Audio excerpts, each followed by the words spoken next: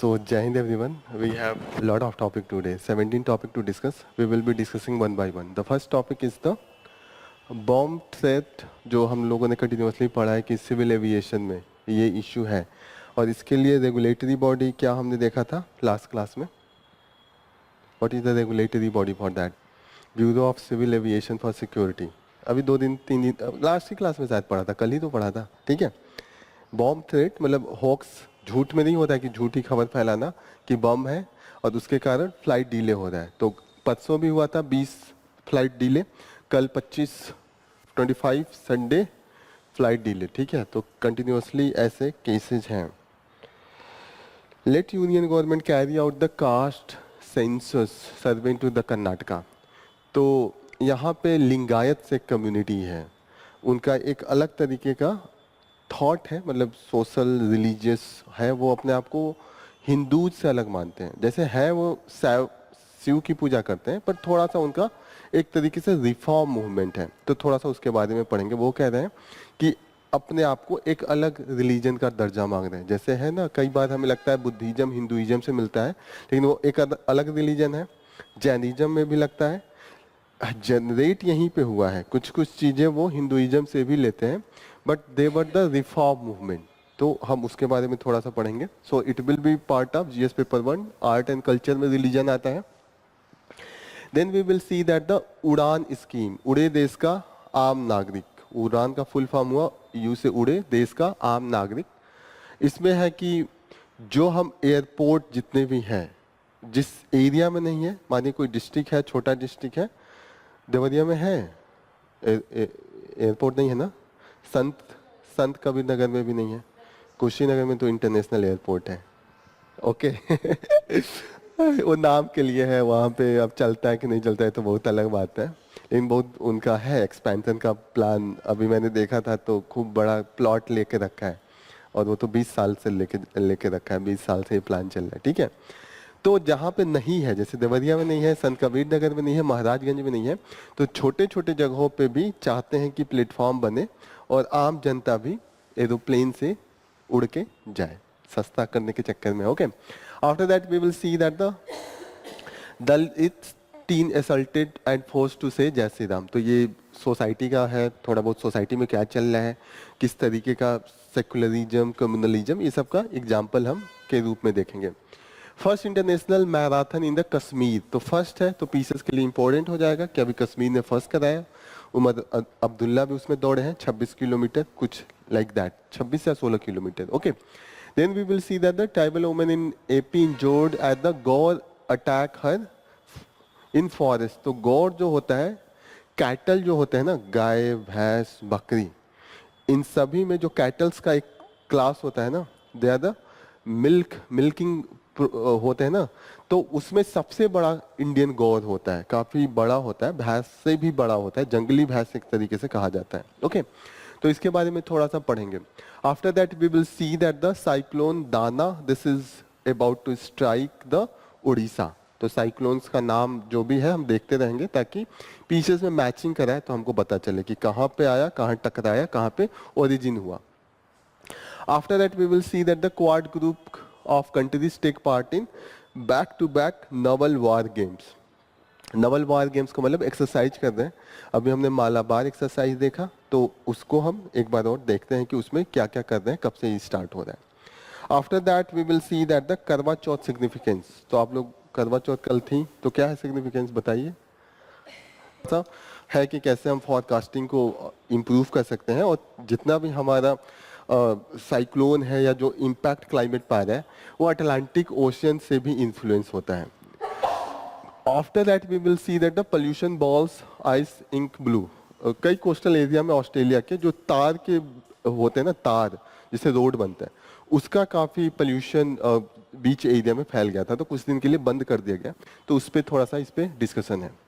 After we will see that the India choice in the world becoming bipolar again. तो यहाँ पे देखिएगा कि अभी बाईपोलर जो ग्लोबल है ना, ग्लोबल वर्ल्ड, वो अलग अलग पोलरिटी पे घूमता है. पोलरिटी का मतलब पावर का जो कॉन्सेंट्रेशन होता है, जैसे एक सुपर पावर हो गया, उसके नीचे सब बहुत कम हो गए, तो क्या होगा, यूनिपोलर वर्ल्ड हो जाएगा. जैसे यूएस बीच में एक हेजिमन हो गया था, उसके आगे सब गायब थे, वो किसी से भी अपना बात मनवा सकता था।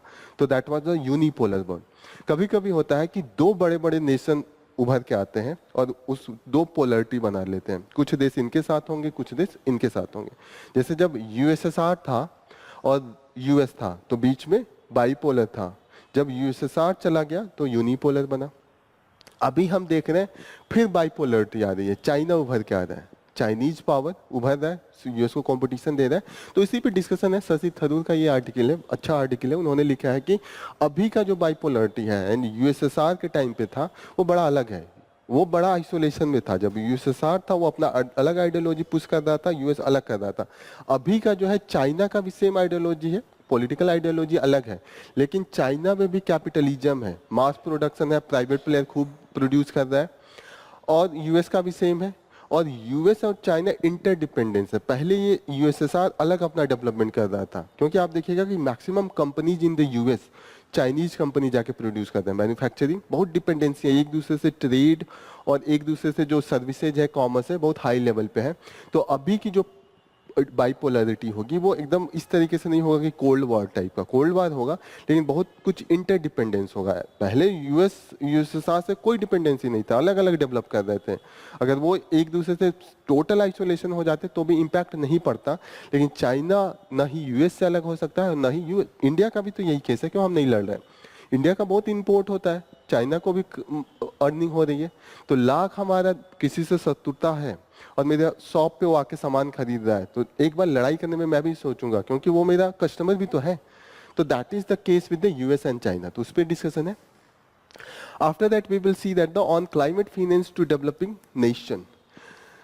Developing nations and develop nation में हमेशा इस बात का होता है कि कौन जिम्मेदार है पोल्यूशन के लिए, किसकी क्या। अभी बाद में क्या है कि अभी पोल्यूशन बढ़ रहा है, तो एक साथ बराबर जिम्मेदारी तो रहेगी नहीं यूएस की और इंडिया की, क्योंकि यूएस तो बहुत पहले से डेवलप है, बहुत पहले से पोल्यूशन कर रहा है, यूके बहुत पहले से पोल्यूशन कर रहा है। तो एक सबको बैन तो करेंगे नहीं, क्योंकि आप तो 150-200 साल पहले से सब कुछ कर रहे हैं। तो जब हम डेवलप कर रहे हैं तो आप कह रहे हैं ये मत करो वो मत करो। इससे भी डिबेट है कि उसके लिए फंडिंग, टेक्नोलॉजी, जो टेक्नोलॉजी का ये कोलैबोरेशन, शेयरिंग, ये सब होना चाहिए।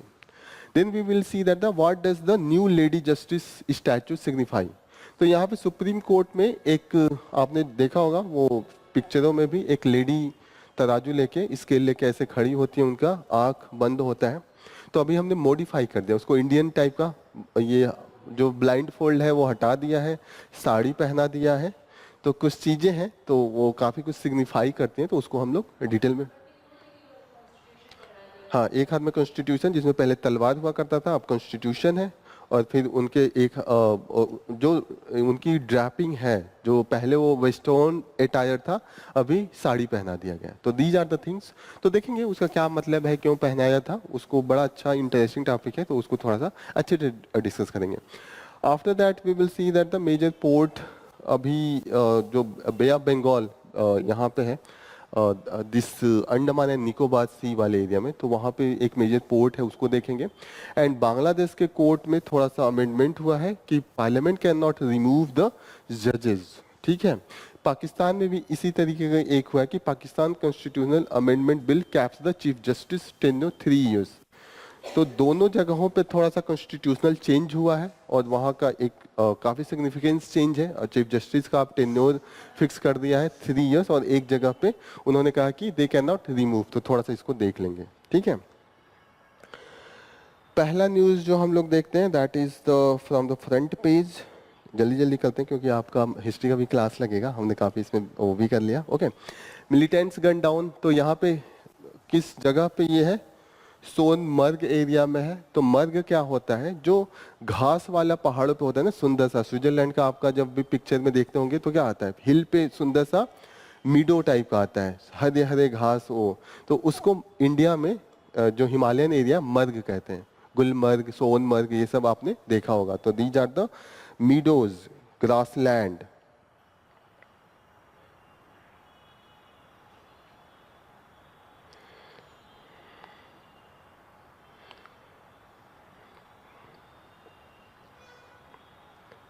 कहाँ गया Gulmarg? Okay, marg, this is the meadow pasture land. Sonamarg का मतलब होता है मीडो ऑफ द गोल्ड। सोन का मतलब सोना, मर्ग का मतलब मीडो लैंड, एंड गुलमर्ग का मतलब मीडो ऑफ फ्लावर्स। गुल का मतलब फ्लावर्स, मीडो ऑफ, ये दोनों काफी फेमस जगह है। गुलमर्ग आप लोग कभी भी कश्मीर में लोग जाते हैं तो गुलमर्ग, सोनमर्ग ये लोग घूम के आते हैं, ठीक है। और किस रेंज में है? पीर पंजाल वाला रेंज है, उस एरिया में है, तो ये इंपॉर्टेंट है। वर्ल्ड का जो हाईएस्ट गोल्फ कोर्स है that is into the Gulmarg, 18 hole golf course इसका नाम है, गोल्फ कोर्स।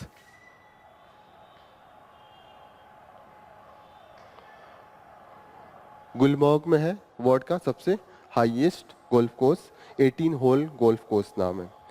एक और चीज के लिए ये न्यूज में है, जेड मोड्स टनल अभी यहाँ पे कंप्लीट हुआ है, 2025 तक ऑपरेशनल हो जाएगा। बन के तैयार है, अभी ऑपरेशनल नहीं है, कुछ कुछ चीजें बची हैं। तो जेड मोर्ग टनल,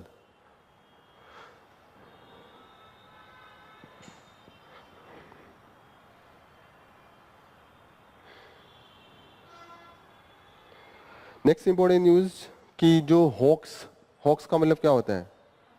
अफवाह फैलाना कि बम है, बम है, बम नहीं है। लोग उसको होता है ना सैडिस्टिक प्लेजर, कि कोई दुख होता है तो लोगों को खुशी होती है। सैडिस्टिक प्लेजर का मतलब पता है? कई लोग ऐसे होते हैं कि कोई दुखी होगा तो उनको अच्छा लगता है, उसको कहा जाता है सैडिस्टिक प्लेजर। तो कुछ लोग होते हैं, देखेंगे कि अरे फैला दिया, बम है, बम है, सब लोग पैनिक हो गए, उसको मजा आ रहा है। तो उसको लेके हम एक मीटिंग इन्होंने करा है, Bureau of Civil Aviation, this is the regulatory body into the case of the aviation security. पहले ये पार्ट था डीजीसीए का, Directorate General of Civil Aviation. Normal जो सिविलियन एरिया है उसका रेगुलेशन डीजीसीए करता है, और जो सिक्योरिटी एरिया है उसका BCAS, Bureau of Civil Aviation Security. तो ये चीजें याद रखिएगा। इंटरनेशनल लेवल पे जो रेगुलेट करता है जितने भी हमारे फ्लाइट्स होते हैं, एरोप्लेन होते हैं, that is the International Civil Aviation Organization. India उसका सिग्नेटरी है, ठीक है। की फीचर क्या हो सकता है किसी भी सिक्योरिटी रेगुलेटरी बॉडी का? क्या क्या हो सकता है? फ्रेमिंग एविएशन सिक्योरिटी रेगुलेशन, वो तरह तरह के रूल बनाएगा कि कैसे हम सिक्योरिटी को इम्प्रूव करें। जैसे हम हॉक्स फैला रहे हैं तो उसके लिए रोकने के लिए वो करेगा कि कोई बोल रहा है तो कैसे उससे ट्रीट किया जाए, किस तरीके से अगर पैसेंजर को निकालना है, किस तरीके से वापस भेजना है। टोटल जो रूल रेगुलेशन है वो ये फ्रेम करेंगे, ठीक है। ओवरसाइट एंड कंप्लायंस, कंप्लायंस किसका होगा? इंटरनेशनल लेवल पे जो है उसी को फॉलो करेंगे। तो जो इंटरनेशनल लेवल पे लॉ बनाते हैं इसको ये फॉलो करेंगे। After that they will coordinate with the different security agency. India का जो और भी सिक्योरिटी एजेंसी है उनका भी तो जो तो होता है, क्योंकि चेकिंग के वक्त कोई और होगा, और उस शहर का जो पुलिस होगा उसका भी तो नीड होगा जब कोई इस तरीके का घटना होगा, तो ये सब कोऑर्डिनेशन भी करेगा। And training and technological upgradation, ये नॉर्मल चीजें हैं, ये तो हम लोग लिख ही लेंगे। Next important news is the let union government carry out the caste survey in Karnataka. Caste survey को लेके बड़ा वो हो रहा है, जो स्टेट गवर्नमेंट है कर्नाटका का उन्होंने कास्ट सर्वे करा है, पर ये कह रहे हैं लिंगायत जो है वो कह रहे हैं कि हम इसको नहीं मानते, क्योंकि उस समय जो रिपोर्ट बना था वहाँ के कास्ट सेंसस पे एच कंथराज रिपोर्ट के बेसिस पे उन्होंने बनाया है। अब हमें सिर्फ ये जानना है व्हाट इज द दिस वीर शैवा लिंगायत, ठीक है। ये वीर शैवा अलग कम्युनिटी है और लिंगायत अलग कम्युनिटी है, कुछ इसमें सिमिलरिटी है, कुछ डिफरेंस है, वीर शैवा एंड लिंगायत, ठीक है। वीर शैवा ऑलरेडी एक ग्रुप है, कम्युनिटी है, जो शिव को अपना मेन देवता मानते हैं, वो किसी और को नहीं पूजा करते। लेकिन दिक्कत उनमें ये है, इनमें तो नहीं है, लिंगायत में ये है कि वो शिव के सिवा जो हिंदुइज्म की ब्राह्मणिकल हायरार्की है उसका विरोध करते हैं, कास्ट सिस्टम का, आइडल वर्शिप का, जितनी भी ये कुरीतियां हैं, और विमेंस एम्पावरमेंट का ये बात करते हैं। ये अपने आप को हिंदू सोसाइटी के साथ जोड़ के देखते हैं, ये अपने आप को हिंदू सोसाइटीज के अलग देखते हैं, ये कहते हैं कि हम अलग हैं। ये बहुत ज़्यादा रिफॉर्मिस्ट हैं, बहुत ज़्यादा विरोध करते हैं, खासकर ब्राह्मणिकल जो हायरार्किकल सिस्टम है कि ये कास्ट बेसिस पे सोसाइटी बनेगी, वीमेंस को राइट नहीं दिया जाएगा, इस सब चीज़ का ये विरोध करते हैं। और इस समय इनका डिमांड है कि इनको अलग रिलीजन डिक्लेयर कर दिया जाए। नियर अबाउट ये 17% ऑफ द कर्नाटका का जो पॉपुलेशन है उसका है, ये पॉलिटिकली काफ़ी स्ट्रांग है। आप देखिएगा हिंदू विरोधी नहीं, एक तरीके से ब्राह्मणिकल जो ट्रेडिशन है ना उसको विरोध करते हैं। जैसे हमारा हिंदुइज्म किस पे बेसिस है? ब्राह्मणिज्म पे बेसिस है। Brahmanism is the ideology. Sanatan, देखिए सनातन तो एक अलग मिथ हो गया। हिंदुइज्म जो हम अभी कह रहे हैं कि हिंदू फिलॉसफी जो है ना, हिंदू फिलॉसफी का जो बेसिक्स क्या क्या है? कास्ट सिस्टम है, 4 वर्णों पे बटा हुआ सोसाइटी है, ठीक है। और भी डिफरेंट टाइप के जो रिस्ट्रिक्शन है वो सबका विरोध करते हैं। और ये सिर्फ शिव को मानते हैं और किसी भी देवी देवता को नहीं मानते। यहाँ तक कि किसी का ये आइडल को भी नहीं पूछते। कोई आइडल का मतलब क्या होता है? मूर्ति पूजा के ये विरोधी हैं। ये शिव का जो शिवलिंग होता है उसको माला में बना के बस पहनते हैं। और जो जो हिंदुइज्म में इम्प्योर माना जाता है उस चीज का विरोध करते हैं। जैसे इनको माना जाता है कि आपको मरने के बाद जलाना चाहिए और ये सब फॉलो करना चाहिए, वो कुछ नहीं करते। मरने के बाद वो जलाते भी नहीं है, वो दफनाते हैं, ठीक है, इन द लिंगायत। ओके। और ये रिफॉर्मिस्ट मूवमेंट स्टार्ट हुआ था 12वीं ईस्वी में। मेडिएवल हिस्ट्री में ये सब आप पढ़ेंगे, मैं अभी हल्का हल्का बता देता हूँ। डिफरेंस समझ में आ रहा है? वीर शैव एंड लिंगायत दोनों में सिमिलरिटी क्या है? शिव की दोनों पूजा करते हैं, लेकिन वीर शैव जो है they are a bit consider themselves as the Hindu. ये भी लेट से स्टार्ट हुआ था, लेकिन ये भी केवल शिव को ही मानते हैं। ये स्टार्ट हुआ था 8th सेंचुरी में, और लिंगायत जो हुआ था वो हुआ था 12th सेंचुरी में, और ये रिफॉर्म मूवमेंट था, ठीक है। इसके जो लीडर थे जिन्होंने रिफॉर्म मूवमेंट स्टार्ट किया था, बसवेश्वर। बसवेश्वर एक संत थे, एक तरीके से रिफॉर्म लीडर टाइप के थे। इन्होंने स्टार्ट किया था। उसके बाद इन्होंने जितनी भी ब्राह्मणिकल थॉट है उसका विरोध किया था। क्लियर हो रही है ये चीजें? What is the difference? जैसे वैदिक सैक्रिफाइस जो लिखा होता है, they were against this. They were against, they advocate for the equality. जो विमेंस का राइट है उसको ये एडवोकेट करते हैं। और वो मोर इंक्लूसिव सोसाइटी की बात करते हैं कि सब बराबर आधार पे सोसाइटी बनाई जाए। That is the Lingayat. The difference is only that again this Shaivas they believe in the Agamas and the Vedas. Okay, अपने आप को ब्रॉडर हिंदू सोसाइटी में फॉलो करते हैं, लेकिन सिर्फ एक चीज है कि ये शिव को अपना मेन देवता मानते हैं, ठीक है। लिंगायत में एक है इष्टलिंगा, जो गले में शिवलिंग पहनते हैं ना, वही इष्टलिंगा है। और उसी को कहते हैं कि दिस, वो किसी पर्सनलाइज गॉड को नहीं मानते हैं। Okay, they are against the idol worship as well. ये जो पोस्ट डेथ होता है उसको भी नहीं मानते हैं, कि नहीं माना जाता कि डेथ के बाद जिसके घर में डेथ हुआ है उसे शरीर नहीं टच कराना चाहिए, इम्प्योर हो जाएंगे। इस सब चीजों को ये टोटली विरोध में है। क्लियर हो रहा है? इनका परसेंटेज जो है नियर अबाउट 15 to 17% है। और they are asking for the a separate religion. Separate अभी सिद्धारमैया का है, वो तो इसको देने को भी तैयार है। अभी कांग्रेस की गवर्नमेंट आई है, वो तो कह रही है कि हम दे देंगे, ठीक है। उसके लिए उन्होंने एक कमिटी भी बना के रखा है। दिस इज ऑल अबाउट, यही है अंदर। समझ में आ गया? क्लियर?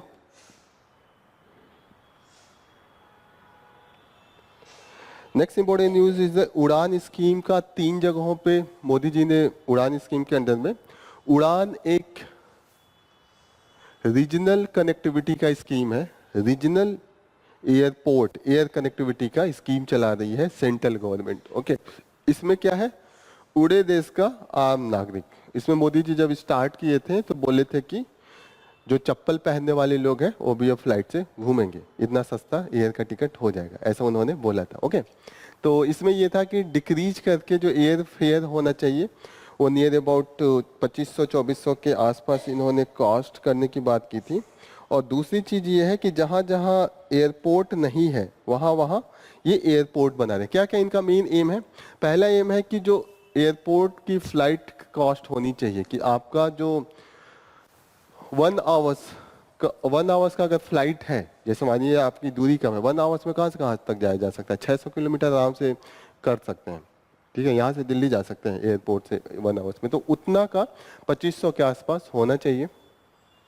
फिर इन्होंने कहा रीजनल कनेक्टिविटी, जहां जहां पे जिस सिटीज में 2 tyres and the 3 tyres cities में जहां जहां एयरपोर्ट नहीं है उसको मेट्रो सिटी से जोड़ना है। ठीक है, डेवलपमेंट ऑफ द एयरपोर्ट्स, अगर वहां पे ये फ्लाइट्स की जो इनकमिंग आउटगोइंग है वो लेस है तो उसको भी बढ़ाने की बात कही गई थी। और उसमें वायबिलिटी गैप जो फंडिंग होती है, कि मानिए कॉस्ट मेरा यहाँ से दिल्ली जाने का जो एयरलाइंस है उसका लग रहा है 4,500, और गवर्नमेंट कह रही है कि 2500 रुपये लो किराया, तो कितने का डिफरेंस आ रहा है? 1500 का आ रहा है ना, कि 2000 का आ रहा है? 2000 का आ रहा है, तो 2000 वो गवर्नमेंट पे करेगी, तो उसी को कहते हैं वायबिलिटी गैप फंडिंग। कहीं पे होगा वायबिलिटी गैप फंडिंग, जो डिफरेंस होगा that will be paid by the government. क्या क्या कर रहे हैं? सस्ता को बना रहे हैं एयरपोर्ट का, एयरपोर्ट डेवलप कर रहे हैं, किराया सस्ता कर रहे हैं, और जहाँ पे फ्रीक्वेंसी कम है ये एरोप्लेन की उसको बढ़ाएंगे by the viability gap funding, क्योंकि एयरलाइंस अपने पॉकेट से थोड़ी चलाएगा। गवर्नमेंट अगर कहेगा जहाँ पे सवारी नहीं जाने वाला है, अगर ऑटो से अगर कहीं ऐसे जगह पे उसको आपको जाना है और अकेला पैसेंजर है, तो वो क्या कहते हैं कि प्राइवेट में जाएंगे, पैसा दीजिए। ऐसे वो नॉर्मल शेयरिंग में जाते हैं, लेकिन जहाँ पे नहीं है तो आपको देना पड़ेगा। वही है कि जब वहाँ की डिमांड नहीं है एरोप्लेन की, 2500 भी तो ज़्यादा है, 3000 4000 तो और ज़्यादा है, तो ये करके थोड़ा सा ओवरऑल इस स्कीम में फेयर कम करेंगे, जो फेयर प्राइसेज है। दूसरा है कि फ्रीक्वेंसी बढ़ाएंगे। तीसरा है कि एयरपोर्ट का कंस्ट्रक्शन वो इंक्रीज करेंगे।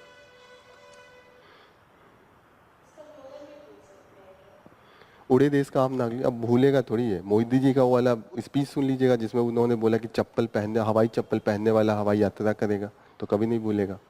अब आप एयरपोर्ट पे जाके देख लीजिएगा कितने लोग हवाई चप्पल पहन के यात्रा कर रहे हैं। Okay, next important news is the, अच्छा मुझे जो मेन बताना था वो बताया नहीं। 3 जगहों पे उन्होंने उद्घाटन किया, तो पीसीएस में वो पूछ सकता है। नाम लिख लीजिए जो 3 जगहों पे है।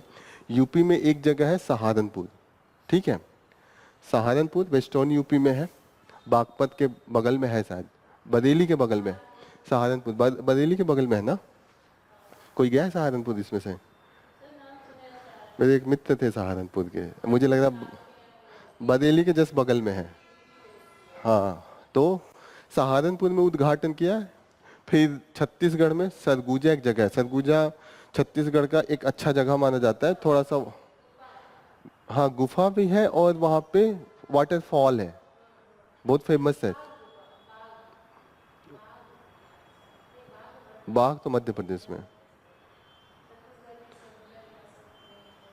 सरगुजा वाटरफॉल के लिए जाना जाता है, वहाँ थोड़ा जमीन दलदल टाइप का है, जो होता है ना मातसी, वो है। और सीनिक ब्यूटी काफ़ी अच्छा है, थोड़ा हाइट पे है, ये है वहाँ पे, टूरिस्ट प्लेस है थोड़ा सा कि, अच्छा वो हम लोग एनसीईआरटी में आप लोगों ने पढ़ा होगा। मध्य प्रदेश में भी है, रेवा में। 3 जगहों पे लिख लीजिए। छत्तीसगढ़ में सरगुजा याद हो जाना चाहिए क्योंकि ये टूरिस्ट प्लेस है। सहारनपुर यूपी का है तो हमें याद ही होना चाहिए। रेवा एक आपको याद करना पड़ेगा, that is in the Madhya Pradesh. Pieces के लिए इंपॉर्टेंट है, यूपीएससी में नहीं पूछेंगे।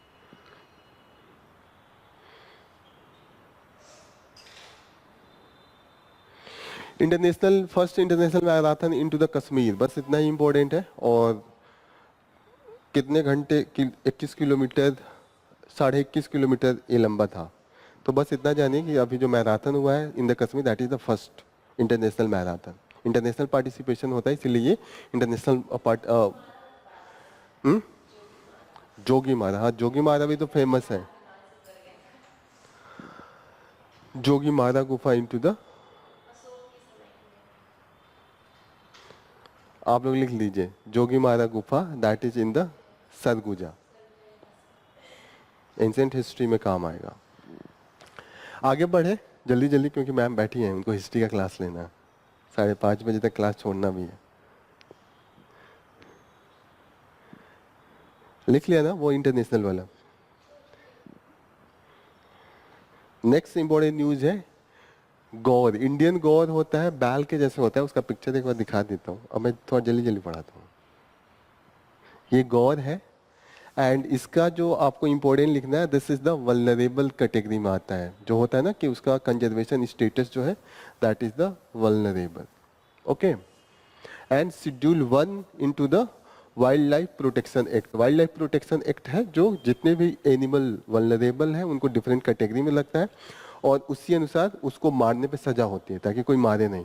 तो शेड्यूल 1 का मतलब इसको मारने पे सबसे ज्यादा सजा है। जैसे मर्डर के बराबर सजा होती है, आम जनता जैसे हम लोग मर्डर करेंगे ना, उतना सजा होगा अगर वल्नरेबल 1 में होगा। ओके, लिख लिया ये चीजें। वल्नरेबल कैटेगरी है IUCN का रेड लिस्ट में, और जो वाइल्ड लाइफ प्रोटेक्शन एक्ट है उसका शेड्यूल 1 है। इंडियन गौर याद रहेगा ना, ये देख के याद है, भैंस के जैसे, ठीक है।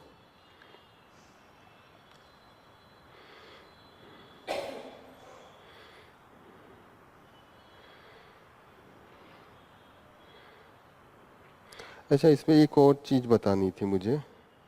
अल्लूरी सीताराम राजू का नाम सुना है? एक दिन डिस्कस किया था, क्या था? Freedom fighter. कौन से मूवमेंट में इन्होंने पार्टिसिपेट किया था?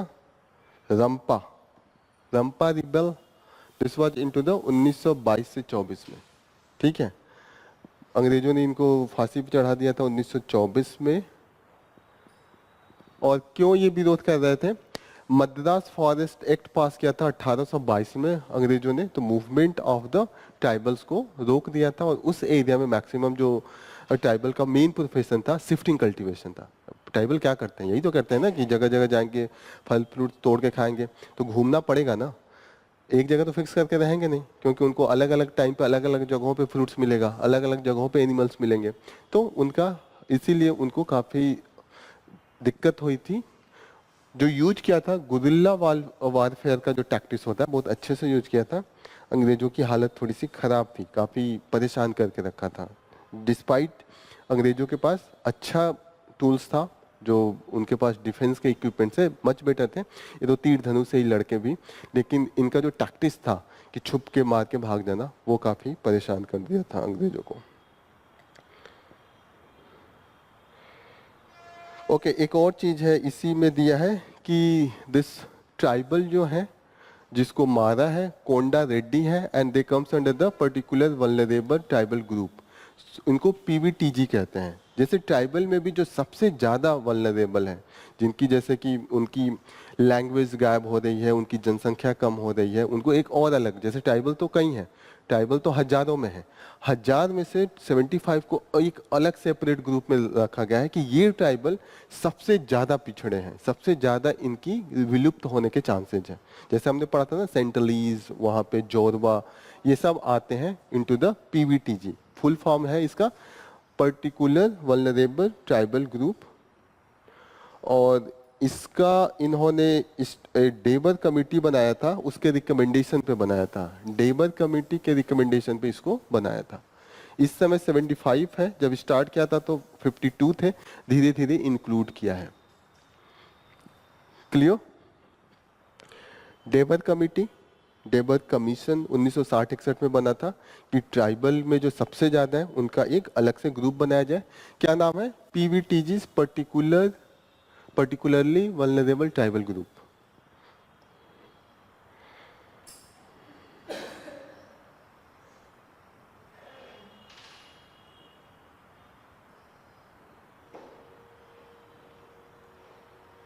साइक्लोन डाना बस आप लिख लीजिए, ओरिजिनेट हुआ है बे ऑफ बंगाल में, और ये कहाँ टकराने के चांसेस है? उड़ीसा में। That will be the sufficient. अभी आएगा तो और भी इसको न्यूज में रहेगा। 20 अभी आने वाला है 1-2 दिन में, तो और न्यूज में रहेगा तो पढ़ेंगे। अभी ये जनरेट हुआ है, साइक्लोन का तो प्रोसेस आपने पढ़ा होगा, बे ऑफ बंगाल में जनरेट हुआ है, समंदर में जनरेट होता है, टकराता तो कोस्टल एरिया में ना, तो वो उड़ीसा में आके लैंडफॉल करेगा। साइक्लोन का साइक्लोन कैसे फॉर्म होता है ये पढ़ा है ना, कि पहले टेम्परेचर 26-27 डिग्री के आसपास होना चाहिए, फिर डिप्रेशन क्रिएट होना चाहिए, फिर अपवर्ड ड्रिफ्ट होना चाहिए। ये सब कॉमन कंडीशन है। मॉइस्चर सफिशिएंट होना चाहिए कि वहां से एनर्जी जनरेट हो सके। ये सब है। 26-27 डिग्री वाले पे कंफ्यूजन होता है जो टेम्परेचर है। अभी जो हमारा एक्सरसाइज चल रहा है यूएस, जापान और ऑस्ट्रेलिया क्वाड के अंडर में कर रहे हैं। मालाबार है, मालाबार स्टार्ट 1992 में स्टार्ट हुआ था। पहले इंडिया और यूएस में था। अभी 4 देश हैं, India, US, Japan and Australia. Malabar में है 4 देश। अभी इंडिया एक और में पार्टिसिपेट किया था, उसका नाम था एक्सरसाइज काकाडू। एक्सरसाइज काकाडू ये ऑस्ट्रेलिया में हो रहा था, ऑस्ट्रेलिया के इनिशिएटिव से था, लेकिन इंडिया उसमें पार्टिसिपेट किया है। तो एक्सरसाइज काकाडू के बाद हम स्टार्ट किए हैं एक्सरसाइज मालाबार। ये सब में है कहीं ना कहीं हम चाइना को नज़र में रख के कर रहे हैं कि चाइना से अगर कुछ भी कॉन्फ्लिक्ट होता है तो मिल के हम लोग ऑपरेशन कर सकें। That is the thing. लेकिन हम खुल्लम खुल्ला नहीं बोलते हैं ये सब चीज़ें, हम बस बोलते हैं कि सुरक्षा के लिए है, सी लेन में पीस मना रहा है, इंटरनेशनल लॉ फॉलो करें। चाइना समझता है लेकिन कोई भी खुल के थोड़ी बोलता है। ऑस्ट्रेलिया भी कह रहा था कि चाइना भी पार्टिसिपेट कर सकता है, ऑस्ट्रेलिया से पूछा गया तो। ठीक है। करवा चौथ का भी आज न्यूज है यहाँ पे, इन्होंने दिया कि क्यों करवा चौथ मनाया जाता है। It is celebrated on the Krishna पक्ष चतुर्थी ऑफ द कृष्ण पक्ष ऑफ द कार्तिक मंथ। ठीक है। 2 कहानियां, एक है सत्यवान एंड सावित्री का, और दूसरा इन्होंने बताया क्वीन वीरावली। जो इन्होंने बोला कि वो उसका वीरावली एक दिन व्रत थी अपने पति के लिए। ठीक है। उसी दिन जो वो डेट है, तो उनके भाई को दुख हुआ कि कहीं कितना बेचारी तड़प रही है, तो वो क्या किया, पीपल के पेड़ के नीचे मिरर लगा दिया और उसमें टॉर्च लगा के जैसे आग से दिखा दिया कि देखो चांद दिख गई।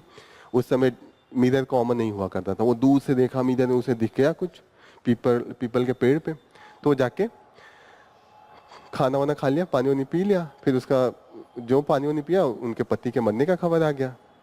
फिर वो रोने लगी। फिर यमराज, फिर उन्होंने पूजा वूजा करा गॉडेस पार्वती का, क्योंकि गॉडेस पार्वती का ये मनाया जाता है। तो गॉडेस पार्वती ने आके बताया कि जाओ एक दिन बिना खाए पिए, पानी बिना पिए रहना, तो तुम्हारा पति आ जाएगा। ठीक है। तो उस समय वो आ गया, लेकिन उसके बाद तो आज तक कभी रियल में तो नहीं आता, लेकिन उसमें आ गया था। ठीक है। तभी से ये मनाया जाता है। That is the thing. तो दोनों में यही कहानी है कि यमराज बहुत खुश हुए, यमराज ने कहा कि जाओ और जी लेना। अटलांटिक ओशन में हरिकेन का क्या कंडीशन है, तो ये हम लोग कंटिन्यूसली पढ़ रहे हैं कि टेम्परेचर इंक्रीज हो रहा है, वो इंडियन क्लाइमेट को इम्पैक्ट करता है। पढ़ा है ना कई बार, जो हम लोग डिफरेंस क्रिएट हो रहा है टेम्परेचर, तो वही है। यहाँ पे पोल्यूशन है, जो टार है ना, टार बॉल्स, उसके कारण इतना ज़्यादा फैल गया था ऑस्ट्रेलिया के कई बीच पे, तो उन बीच को क्लोज करना पड़ा, बैन करना पड़ा कि कोई नहीं होगा। ऑस्ट्रेलिया का जो सबसे फेमस बीच है वो बॉन्डी बीच है। बॉन्डी बीच ऑस्ट्रेलिया में है, बहुत फेमस है। तो पीसेस के लिए लिख लीजिए, पूछ देगा कि कहाँ पे। लास्ट जल्दी जल्दी में लिख लिया, ऑस्ट्रेलिया में। शशि थरूर का है, ऑलरेडी हमने डिस्कस किया है कि पहले जो था 2 तरीके की पोलरिटी थी। वर्ड जो है 3-4 तरीके के सिस्टम से गुजरता है, अभी गुजर रहा है। ठीक है। एक होता है यूनिपोलर, जहाँ पे एक कंट्री डोमिनेट करेगा। बाइपोलर, 2 सुपर पावर होंगे और बाकी नेशन उनके पीछे लगेंगे। और एक होता है कि मल्टीपोलर। ठीक है। अभी जो हम देख रहे हैं 1991 तक, जब तक यूएसएसआर था तब तक हम बाइपोलर में थे। जब यूएसएसआर डिसइंटीग्रेट हुआ, यूएस की हेजेमनी हो गई, तो कंटिन्यूसली हम 15-20 साल देखे हैं कि यूनिपोलर वर्ड था। अब चाइना राइज कर रहा है, तो हम देख रहे हैं कि एक और पोल क्रिएट हो रहा है। यही इन्होंने डिस्कस किया कि पोलरिटी जो बाइपोलर दोनों में बन गए, लेकिन यूएसएसआर के टाइम की बाइपोलरिटी और चाइना की बाइपोलरिटी अलग है, क्योंकि यूएसएसआर के टाइम पे दोनों आइसोलेशन में पावर इवॉल्व कर रहे थे।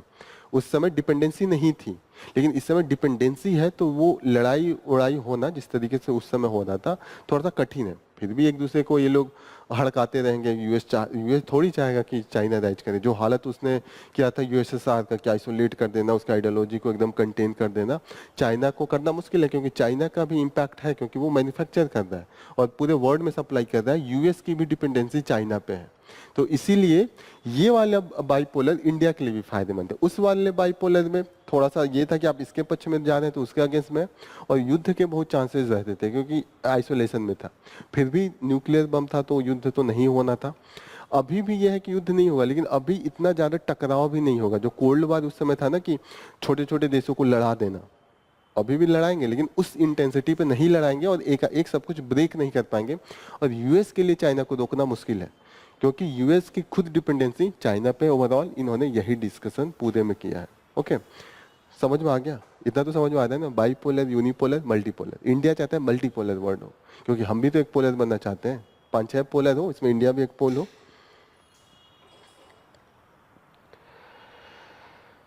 क्लाइमेट फिनेंस की जो बात होती है, अब है कि क्लाइमेट चेंज हो रहा है, टेम्परेचर रोकना है।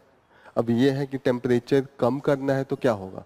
हम कोल का यूज करना कम कर दें, अपना व्हीकल कम कर दें, ट्रेन चलाना बंद कर दें, फैक्ट्रीज बंद कर दें, यही है ना। तो अगर फैक्ट्रीज बंद कर देंगे फिर कैसे जॉब क्रिएट होगा, फिर कैसे डेवलपमेंट होगा? तो यही है कि डेवलपिंग वर्ल्ड हमेशा कहता है कि डेवलप्ड वर्ल्ड ऑलरेडी आगे है, उनके पास बहुत पैसा है, टेक्नोलॉजी है, तो they should share the resource as well as the fund. उसके लिए हमने देखा था कि अभी मीटिंग होने वाली है 29th conference on the parties UNFC, united nation, what is this conference on the climate change, UNFCCC, ठीक है, united nation framework convention on the climate change, ठीक है। तो यहाँ पे इन्होंने जो होने वाला है नेक्स्ट मंथ में होगा, और मेन डिबेट जो होने वाला है कि फंडिंग कैसे किया जाए। फंडिंग का ही मैटर है, financial issue, climate finance issue. Finance issue में क्या होगा कि कौन पैसा देगा और किसको हेल्प करेगा। अब ये लड़ाई 2009 में कोपेनहेगन एकॉर्ड हुआ था, उसमें ये बोला गया था कि जो डेवलप्ड वर्ल्ड है वो पैसा इकट्ठा करके हर साल डेवलपिंग वर्ल्ड को $100 बिलियन हर साल देगा, ठीक है, 2020 से बाय द 2020। अब इसको बढ़ा के 2025 तक कर दिया गया, लेकिन दिक्कत यह है कि इसको भी मैनिपुलेट किया जाता है, ठीक है। अब यह है कि फंड करेगा किस तरीके से। फंड में आपको दो तरीके से पैसे दे सकता हूँ। एक है मैं आपको पैसे दूं, पैसे तो दे दिया, मैंने कहा कि ये उधार दिया है, बारोइंग है, बाद में देना पड़ेगा, इंटरेस्ट भी लेना स्टार्ट कर दूं।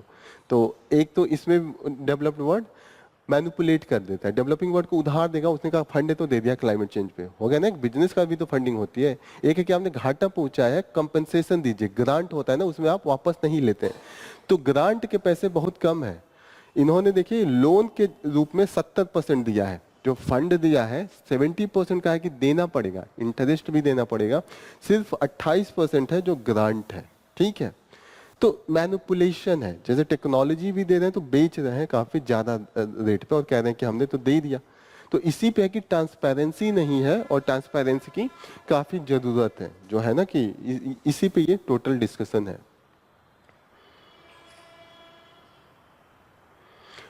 दूसरी बात ये है कि इन्होंने जो फंडिंग का सोर्स लिया है उसमें प्राइवेट में भी कोई आपस में हो रहा है कि कोई प्राइवेट, माने बिल गेट्स जा रहा है अफ्रीका में अपना ये कर रहा है, सोशल वेलफेयर कर रहा है, उसको भी ये डेवलप्ड वर्ल्ड काउंट कर लेते हैं कि इन्होंने तो हेल्प किया है। पब्लिक होना चाहिए ना, गवर्नमेंट का है ना ये, तो वो प्राइवेट फंडिंग को भी इंक्लूड कर रहे हैं, ये भी एक तरीके से थोड़ा सा दिक्कत की बात है, ठीक है। जो टारगेट है किस लिए फंडिंग होना चाहिए, वो है कि climate mitigation and adaptation. Mitigation का मतलब होता है कि कोई चीजें बिगड़ रही हैं उसको सुधार ली जाए। एक मिटिगेशन ये होता है सुधारना, कि बाढ़ आ रहा है उसको रोक दिया जाए, फ्लड ना हो। दूसरा कंडीशन ये कि बाढ़ आ चुका है, अब नदी वहीं बहेगा, अब घर हटा के एडॉप्ट कीजिए कि इस बाढ़ में कैसे जिया जाए, उसको सीख लेना। तो एडाप्टेशन होता है ना कि आप एडॉप्ट कर लें। उस टेम्परेचर बढ़ गया है, एक होता है कि मिटिगेशन में आप टेम्परेचर रोकने की कोशिश करेंगे, ठीक है। जब टेम्परेचर नहीं रोक पाएंगे तो 2 डिग्री ज्यादा पे ही जीने का, गर्मी में जीने का आपको आदत डालना पड़ेगा, that is the adaptation. Clear? समझ में आ रहा है कि आर्टिकल किस पे है, कि क्लाइमेट फंडिंग पे बात हो रही है। क्लाइमेट फंडिंग डेवलप्ड वर्ल्ड को कहा जा रहा है, डेवलपिंग कंट्री को देने के लिए, लेकिन उसमें नॉन ट्रांसपेरेंसी है। ट्रांसपेरेंसी में जो फंडिंग है वो क्लियर नहीं है, वो लोग कई चीज़ें मैनिपुलेट कर रहे हैं, उसको लेके है। आगे जब ये कॉन्फ्रेंस नवंबर में होगा तो आर्टिकल पर आर्टिकल आएगा, हम लोग उसको डिस्कस करेंगे। Next important news is the statue of justice. देखिए, ये स्टैचू ऑफ जस्टिस है और ये माना जाता है कि जस्टिसिया एक मिथ, वो थी मिथोलॉजिकल हीरोइन, होता है ना देवी देवता। तो रोमन, आई थिंक रोम की ये मिथ में थी, अच्छा रोमन माइथ की ये पार्ट थी जस्टिसिया, उन्हीं को दिखाया जाता है। वही है कि वो एक हाथ में तराजू ली है, ठीक है, और दूसरे हाथ में ये है कि तलवार है। किस लिए तलवार है? ब्लाइंड फोल्ड किस लिए किया है? उन्होंने ब्लाइंड फोल्ड इसलिए किया है कि वो बिना देखे इम्पार्शियल तरीके से वो करें, ठीक है। ये बात का है, जो स्टार्टिंग था माना जाता है कि स्टार्टिंग इसका जो हुआ था रोम में, जब ये जस्टिसिया को लाया था, रोम में करप्शन बहुत था। तो उस समय का जो पहली बार यूज हुआ था तो ये था कि रोम में जो न्याय है वो अंधा हो गया है, उसको कुछ नहीं दिखाई दे रहा है, जिसको जो मन कर रहा है वो कर रहा है। लेकिन बाद में जब रेनेसां मूवमेंट हुआ 12वीं सदी में, तो इन्होंने इसको अलग तरीके से जस्टिफाई किया। होता है ना, चीज़ों को एक्सप्लेन करने का तरीका अलग होता है। जैसे मैंने बताया ना, कई चीज़ें आप धर्म में जाइएगा, उसका एक्सप्लेनेशन बहुत अलग हो जाता है जस्टिफाई करने के लिए। तो ऐसे इन्होंने पहले बोला, जब रेनेसां आया तो उन्होंने कहा कि ये ब्लाइंड फोल्ड इसलिए है कि वो ये ना देखे कि कौन अमीर है, कौन गरीब है, कौन पैसे वाला है। वो बिना देखे ही सबको, जो घटना घटी है उसको मतलब सुन के वो जस्टिस करे, डिस्क्रिमिनेट नहीं करे। नहीं देखेगा तो उसके लिए तो सिर्फ सुन के ही करेगा ना कि क्या सही है क्या नहीं है, ठीक है। तलवार इसलिए है कि वो अगर कोई गलती करेगा तो पनिशमेंट भी करेगा और प्रोटेक्शन भी देगा, किसी के खिलाफ न्याय ना हो। तो ये एक हाथ में उन्होंने ये रखा है। This is the overall justification of blind folded. लेकिन अभी हमने करा है ओपन कर दिया, तो अभी हमने कहा कि अब इंडियन सोसाइटी बड़ी डाइवर्स है, ऊंच नीच सोसाइटी की डिफरेंट तरीके की कॉम्प्लेक्सन है। तो देखना पड़ेगा कि अगर किसी के साथ, जैसे देखेगा तभी तो करेगा ना कि ये कमजोर है, इसको हमें अलग से प्रोटेक्शन देना है। तो इंडिया का जो जस्टिस सिस्टम अब है, माना जाता है कि बिना देखे नहीं हो सकता है। यहाँ पे पॉजिटिव डिस्क्रिमिनेशन भी करना पड़ता है कि कौन किस स्थिति में है ना, जैसे caste system, women's, gender, child, elderly, बहुत लोग हैं जो बहुत कमजोर हैं, तो उनके लिए आपको जस्टिस करना पड़ेगा। दूसरा है कि कॉन्स्टिट्यूशन हमने दे दिया कि कॉन्स्टिट्यूशन ही ओवरऑल सोशल जस्टिस करेगा। What happened? आप ही एसी चलाती थी, अब मुझे भी 2 दिन हुआ था। आप ही एसी चलाती थी, एसी से ही हुआ है, मुझे भी 2 दिन जुकाम हुआ था, इसीलिए सबसे ज्यादा आपको हो गया है जुकाम, दैट्स द फीवर, ठीक है। तो अभी चेंज हो रहा है, अभी ठंड भी लगेगा तो मन करेगा कि एसी चला ले, और गर्मी भी लगेगा, दोनों चीजें हैं, तो उसमें थोड़ा सा बैलेंस करना पड़ता है। मैं भी 2-3 दिन से हूँ थोड़ा जुकाम में, ठीक है। तीसरा है कि हमने इनको साड़ी पहना दिया कि इंडिया का जो है वो दिखेगा। और पहले जो है, अभी पहले ये बैलेंस नहीं था, अभी बैलेंस करके दोनों को बराबर दिखा दिया, इक्वालिटी का, कि सोसाइटी में हमें इक्वालिटी लाना है ओवरऑल, यही हमारा पीसफुल पीस। एक बार देख लीजिएगा, मैं अपने मन से बता रहा हूँ, मैंने ये कहीं लिखा नहीं इस आर्टिकल में। व्हाइट हमेशा पीस का ही सिंबल होता है, तो दैट इज द थिंग। लेकिन कुछ अलग होगा तो we will be changing, but अभी तक मुझे यही लगता है, ठीक है। तो अब यहाँ पे जब ये स्टैचू आया तो बड़ा कमेंट भी आ रहा था कि भाई ठीक है आपने ये सब बना दिया, तो यहाँ पे एक घड़ी भी पहना देना चाहिए था, क्योंकि पेंडिंग केस बहुत रहता है, तो ये जस्टिस घड़ी में टाइम भी देखे। और उसी का क्रिटिसिज्म है कि ठीक है, काफी स्टेटस लोग लगा भी रहे थे, कि कुछ लोगों ने लगाया था कि एक कमी रह गई, घड़ी पहना दिया होता तो टाइम देखते हैं। क्योंकि जो हमारा केस है, टोटल पेंडिंग केस इस समय इंडिया में है नियर अबाउट 5 करोड़ है इस समय, कहीं ना कहीं इसमें है 5 करोड़ केसेज हैं। वैकेंसीज हैं जो हाई कोर्ट में है 30% वैकेंसीज है। हाई कोर्ट में जो पेंडिंग केस है 60 लाख है। ओके उसके बाद ड्यूरेशन जो है उन्होंने कहा था कि ड्यूरेशन अभी बात हो रही थी कि चेंज करके ये होना चाहिए कि 3 साल में कोई भी केस है उसका जस्टिस आपको वर्डिक्ट देना है। तो ये सब पे हो रहा है लेकिन अभी भी इस पे कोई आउटपुट नहीं आया है। करप्शन भी बहुत ज़्यादा है। जो सिलेक्शन का प्रोसेस है अंकल सिंड्रोम आपको बताया था कि रिश्तेदार ही सब आ जाते हैं। एक के रिश्तेदार जस्टिस खन्ना के बेटे जस्टिस खन्ना, डॉक्टर चंद्रचूड़ के बेटे चंद्रचूड़, जस्टिस ये सब बाप बेटे हमेशा होते हैं, आपको मिलेंगे। इनके भी बेटे या बेटी कोई ना कोई आ जाएगा। That is the thing. दूसरी चीज है कि representation of the different segment women's नहीं मिलेंगी। अभी कितना सीट है सुप्रीम कोर्ट में? 34 है ना इस समय? 34 है कि 35 है? 34 में सिर्फ 1 या 2 वीमेन है।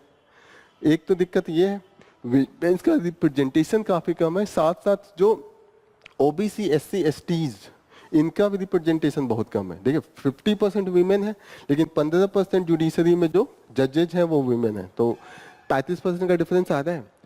एससी एसटीज ओबीसी उनका परसेंटेज नियर अबाउट 70% है, 25% है, 50% का उसमें डिफरेंस आ रहा है। तो कहीं ना कहीं ये खुद में काफी डिस्क्रिमिनेटरी है। तो this is all about. So here we will conclude our session. Thank you for joining the session. All the best.